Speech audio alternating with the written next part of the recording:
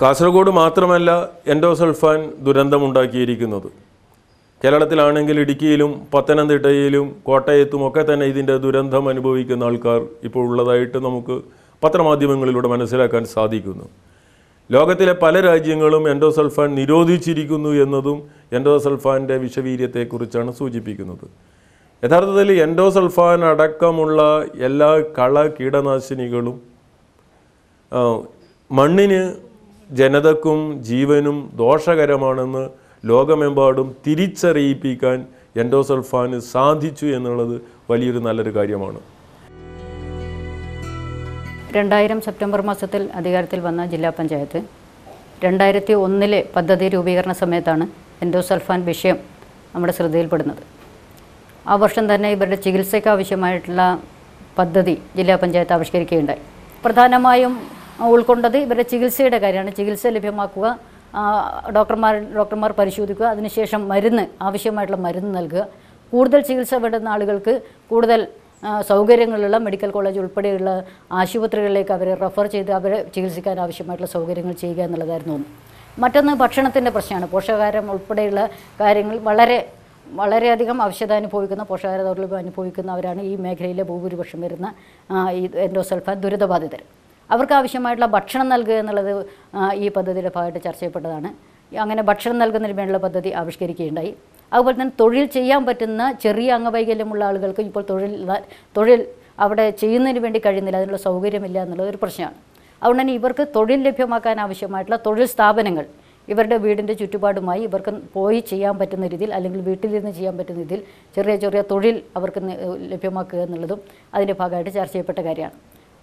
ഇത് rehabilitation cell ജില്ലയിൽ തന്നെ പ്രവർത്തിക്കണമെന്ന് തീരുമാനിക്കുകയും ജില്ലാ പഞ്ചായത്ത് പ്രസിഡന്റ് അതിൻ്റെ ചെയർമാനായും ജില്ലാ കളക്ടർ അതിൻ്റെ കൺവീനറുമായും ബന്ധപ്പെട്ട ആരോഗ്യ വകുപ്പിലെയും മറ്റു തലത്തിലെയും ഉദ്യോഗസ്ഥന്മാരും സന്നദ്ധ സംഘടനകളെല്ലാം ചേർന്ന ഒരു സെല്ലിനാണ് പിന്നെ അന്ന് അത്തരത്തിലുള്ളൊരു നിർദ്ദേശമാണ് അന്ന് ഗവൺമെൻറ്റിന് സമർപ്പിച്ചത്. Endosulfan victims relief and remedial cell എന്ന പേരിൽ 2006 ജില്ലാ പഞ്ചായത്തിൻ്റെ നേതൃത്വത്തിൽ ഒരു സമിതിക്ക് രൂപം കൊടുത്തത് സംസ്ഥാന സർക്കാർ അംഗീകരിക്കുകയും ചെയ്തു. 96 ലക്ഷത്തോളം രൂപയാണ് സെല്ലിന് ദുരിതാശ്വാസ നടപടികൾ നടപ്പാക്കുന്നതിന് വേണ്ടി ലഭിച്ചിട്ടുള്ളത്. ഇങ്ങനെ 96 ലക്ഷം രൂപ ഈ സെല്ലിന് സർക്കാർ അനുവദിച്ചതിൽ 32,07,000 രൂപ മാത്രമേ കഴിഞ്ഞ 3-4 വർഷക്കാലത്തിനിടയിൽ, അതായത് സെല്ല് രൂപീകരിക്കപ്പെട്ടതിന് ശേഷം വിനിയോഗിക്കാൻ സാധിച്ചിട്ടുള്ളൂ.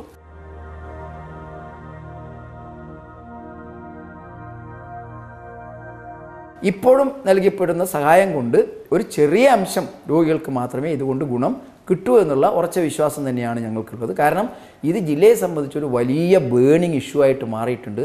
ഇത് കേന്ദ്ര ഗവൺമെൻറ്റിൻ്റെ വലിയ സാമ്പത്തിക സഹായം, സംസ്ഥാന ഗവൺമെൻറ്റിൻ്റെ വലിയ സാമ്പത്തിക സഹായം, ഇതെല്ലാം ഉണ്ടെങ്കിൽ ഇത് നിർലോഭമായി ഇവിടെ ചെലവഴിച്ചെങ്കിൽ മാത്രമേ ഇവർക്ക് ഒരു ചെറിയ ആശ്വാസമെങ്കിലും കിട്ടൂ എന്നുള്ള നിലയിലാണ് നിൽക്കുന്നത്.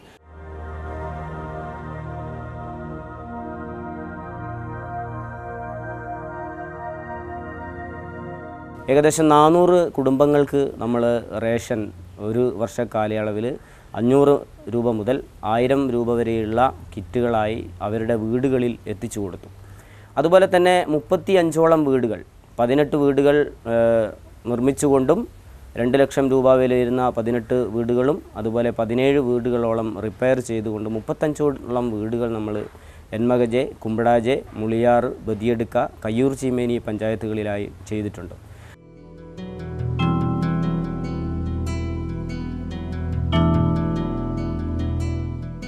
എൻഡോസൾഫാൻ അടിക്കാതായത് പിന്നെ ശുദ്ധമായ ജലമുണ്ട്, ശുദ്ധമായ അന്തരീക്ഷമുണ്ട്, ശുദ്ധമായ വായുവുണ്ട്, മണ്ണുകൂടെ ഇനിയൊന്ന് നന്നാക്കി എടുക്കേണ്ട ഒരു അവസ്ഥയിലേക്കാണ് എത്തിയിരിക്കുന്നത്.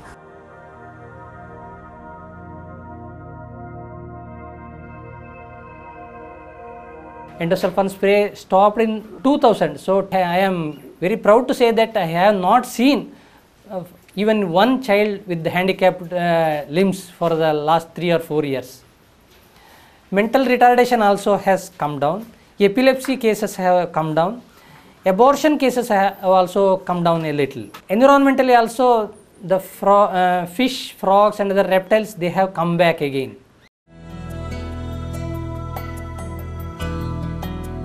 കുളങ്ങളിലും പുഴകളിലും അതുപോലെ തോടുകളിലും ഒക്കെ മത്സ്യങ്ങൾ തിരിച്ചു വരുന്നതിൻ്റെ, മറ്റു ചെറിയ ജീവികൾ തിരിച്ചു വരുന്നതിൻ്റെ, ഇപ്പോൾ തേനീച്ച കൃഷി ധാരാളമായിട്ട് തുടങ്ങിയതിൻ്റെ റിപ്പോർട്ടുകൾ പത്രങ്ങളിൽ വന്നുകൊണ്ടിരിക്കുന്നുണ്ട്. അപ്പോൾ അതൊക്കെ ഈ സ്പ്രേ നിർത്തിയതിൻ്റെ ഒരു പ്രതിഫലനമായിട്ടാണ് കാണേണ്ടത്.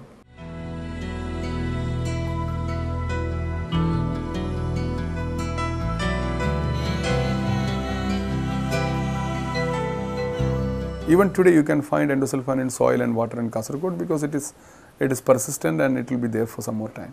And the half-life of endosulfan in soil, in acidic soil, is close to 800 days. So more than 3 years or close to 3 years, 2.5 years plus. So endosulfan, if there has been 10 milligram of endosulfan in a soil in 2005, it becomes 5 milligrams of endosulfan in 2010. And in 2015 it will become 2.5 milligrams. So the half-life is of around 800 days will be a major challenge to face, and we will have endosulfan present in Kasaragod at least for another 10-15 years.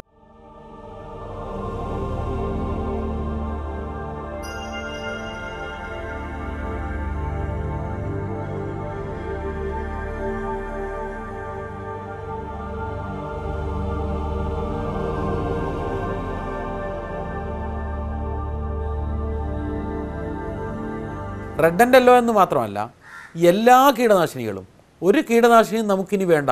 കാരണം അതുണ്ടാക്കുന്നത് ഒരു മനുഷ്യവർഗത്തെയും പ്രാണികുലത്തെയും സസ്യജീവജാലങ്ങളെയും മണ്ണിനെയും എല്ലാം അത് കൊന്നൊടുക്കിക്കൊണ്ടിരിക്കുകയാണ്.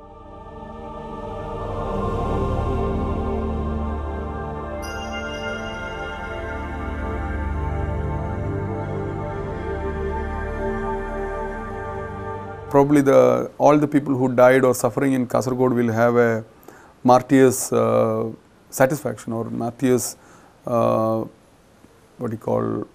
feeling when the world is eliminating endosulfan, because these people paid with their lives, and all the damage they got, it cannot be substituted, it cannot be compensated. And we only hope that this will inspire decisions on pesticides, and there will be more cautious approach on recommending or using pesticides.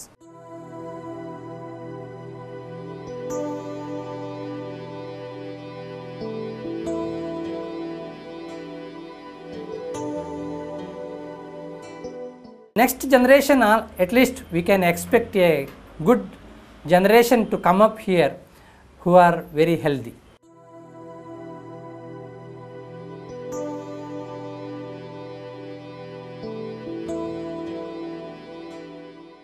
ശാസ്ത്രത്തിൻ്റെ ഒരു മുന്നേറ്റത്തിൽ ഉണ്ടായിട്ടുള്ള ഈ ഒരു അത്യുൽപാദന ശേഷിയുള്ള വിത്തുകൾ ഉൽപാദനം, കൃഷി, വളപ്രയോഗങ്ങൾ, കീടനാശിനികളൊക്കെ ഉപയോഗിച്ചുള്ള ഒരു കൃഷിയിലൂടെ നമ്മൾ ഒരുപാട് നേട്ടങ്ങൾ ഉണ്ടാക്കാൻ പറ്റുമെന്നുള്ള സങ്കല്പത്തിലാണ് ഇതൊക്കെ ചെയ്തത്. അത് ശരിയോ തെറ്റോ എന്തോ ആവട്ടെ, പക്ഷേ അനുഭവങ്ങൾ നമുക്ക് നൽകിയിട്ടുള്ള പാഠം ഉൾക്കൊണ്ടുകൊണ്ട് നമ്മൾ ഇനിയെങ്കിലും നമ്മൾ ഈ പ്രകൃതിക്കെതിരെയുള്ള യുദ്ധം നിർത്തണം.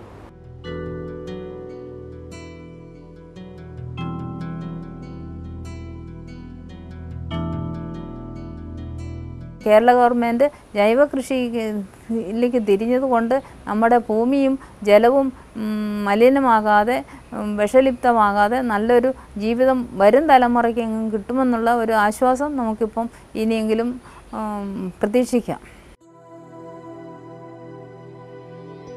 Globally, when this chemical is not needed and when our use is going to even affect life forms and biodiversity across the world, India has the obligation and it has to show its commitment to the global environment by banning this chemical and going in for sustainable agricultural alternatives, not pesticidal alternatives but sustainable agricultural alternatives, where for example as in Andhra Pradesh 25 lakh acres of all crops are under sustainable agriculture without any pesticides. It's called non-pesticidal management.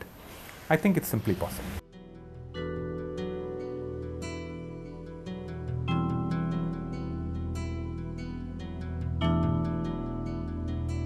Our future, our generation has to live with peace, live without diseases, live happily, we have to bid goodbye to all these deadly chemicals. Not that alternatives are not there, alternatives are there. We should try our best to ensure that our food cycle is not contaminated with pesticides.